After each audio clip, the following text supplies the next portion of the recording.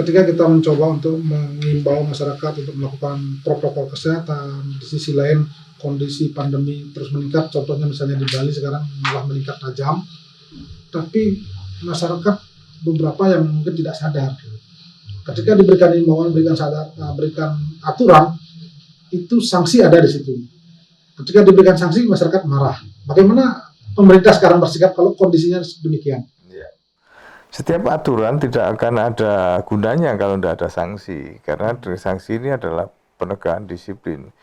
Di mana aturan ini menjadi kesepakatan bersama. Kalau itu undang-undang berarti kan juga keputusan antara pemerintah dan wakil-wakil rakyat di DPR. Adapun yang lain ada Impres, ada Kepres, semuanya ini juga atas pilihan kita sebagai presiden juga terpilih oleh kita. Oleh karenanya ini harus menjadi tolak ukur dan acuan. Kalau misalnya dikenakan sanksi, ya kita harus terima karena memang itu klausul yang sudah kita sepakati untuk bisa penegakan disiplin.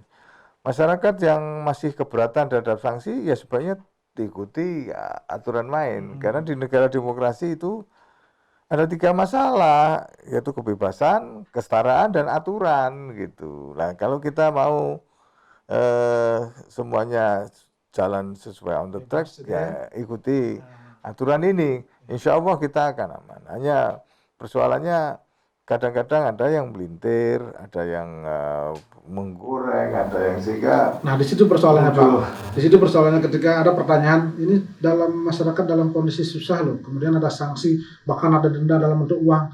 Ini pemerintah seolah-olah tidak berpihak kepada masyarakat lemah. Pendapat Pak Wawan? Sebetulnya bukan nggak berpihak, tapi kemudian masyarakatnya yang memang perlu diedukasi. Memang mendisiplinkan masyarakat itu perlu waktu, perlu proses, apalagi dengan alasan mereka butuh makan untuk melakukan sesuatu. Hanya persoalannya sekarang, kita itu kalau tidak sehat apapun juga tidak bisa maksimal dilakukan. Oleh karena kesehatan tetap nomor 1. Kita kaya kalau nggak sehat buat apa? Akhirnya duit habis juga untuk berobat. Kita gagah ganteng kalau sakit-sakitan ya akhirnya badan habis, dampaknya ya kemana. Oleh karenanya kesehatan ini merupakan suatu tolak ukur. Maka kalau misalnya kita didisiplinkan dengan alasan kesehatan, kita tidak boleh egois. Karena mungkin kita bisa nggak peduli terhadap kita, tapi yang lain bagaimana? Apalagi kalau itu ada spreader, ya, OTG, apa juga ada ATG sekarang, ada anak tanpa gejala. Ini kemudian ada yang di Jogja misalnya, kemudian Jateng, di Bandung, ada temuan virus baru yang kekuatannya itu 10 kali lipat.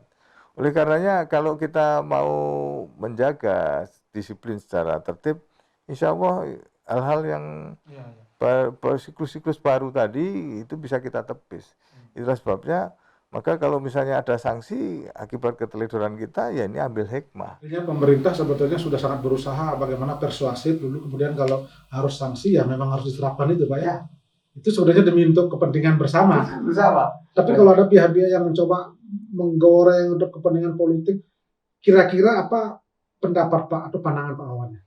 Ya, untuk yang menggoreng untuk kepentingan politik ya kita harus sama-sama sadar lah bahwa kita menghadapi masalah bersama dan ini adalah kepentingan nasional. Di saat apapun yang namanya kepentingan nasional itu harus kita dahulukan daripada kepentingan pribadi, golongan, kelompok maupun kepentingan politik. Kita ingin masyarakat lebih kepada tercerahkan karena keselamatan rakyat ini menjadi pertaruhan utama.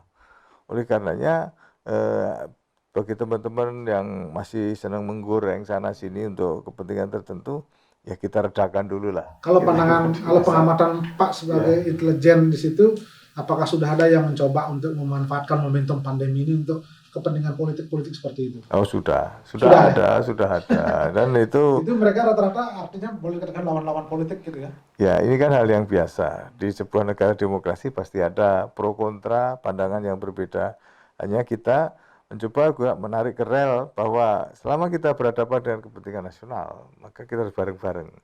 Nah nanti ada saatnya lah misalnya kita beradu politik dan sebagainya. Di saat-saat yang berbeda tuh ada, tidak Tapi persoalannya kan lantas. Pak, persoalannya ketika masyarakat diedukasi dengan pandangan-pandangan yang berbeda dengan pemerintah, mereka kadang-kadang kan juga termakan Pak. Artinya akhirnya mereka marah dalam kondisi lapar, marah dan akhirnya di situ udah momentum untuk mencoba menentang pemerintah itu.